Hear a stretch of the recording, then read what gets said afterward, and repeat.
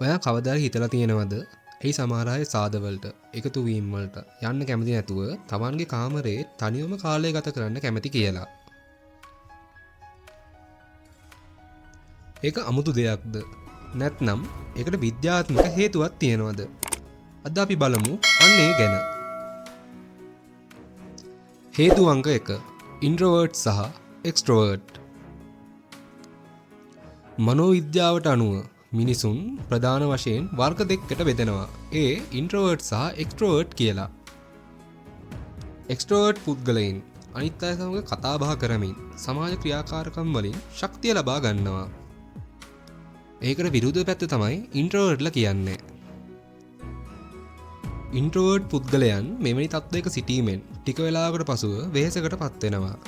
ඔවුන්ගේ ශක්තිය නැවත ලබා ගන්නේ තනිව කාලය ගත කිරීමෙන්. හේතු අංක 2.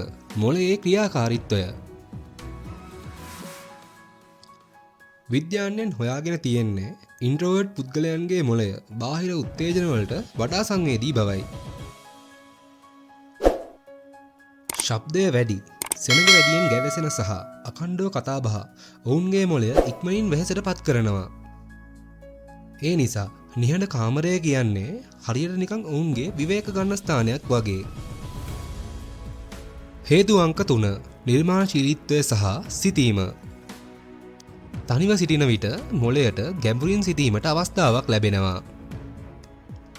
අනාගතය ගැන සැලසුම් කිරීම, මතකයන් ගැන සිතීම සහ නව අදහස් නිර්මාණය කිරීම වැනි දේවල් මේ කාලයේදී වැඩි වෙනවා. ඒ නිසා බොහෝ කලාකරුවන්, ලේඛකයන් සහ විද්‍යාඥයන් තනිව කාලය ගත කිරීමට වැඩි උනන්දුවක් දක්වනවා. හේතු අංක 4. ආතතිය අඩුවීම.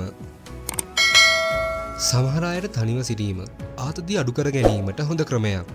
නිහඬ පරිසරයක සිටින විට හෘද ස්පන්දනය සහ මානසික පීඩනය අඩු විය හැකි බව පර්යේෂණ වලින් ඔප්පු වෙලා තියෙනවා. ඉතින් තනිව කාමරයක කාලය ගත කරන්න කැමති වීම 아무තු දෙයක් නෙමෙයි.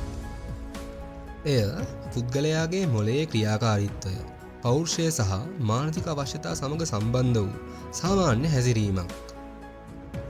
ඔයත් තනිව කාලය ගත කරන්න කැමති කෙනෙක්ද? නැත්නම් යාළුවන් අතර ඉන්න කැමති කෙනෙක්ද? කමෙන්ට් එකක් දාන්න. තවත් මෙවැනි විද්‍යාත්මක වීඩියෝ සඳහා අපිව සබ්ස්ක්‍රයිබ් කරලා දැනුම මීඩියා channel එක එක්ක එකතු වෙන්න අමතක කරන්න එපා. මේක වටිනවා කියලා හිතනවා නම් යාළුවන්ට ෂෙයා කරන්නත් අමතක කරන්න එපා. ලයික් එකකුත් දාන්න.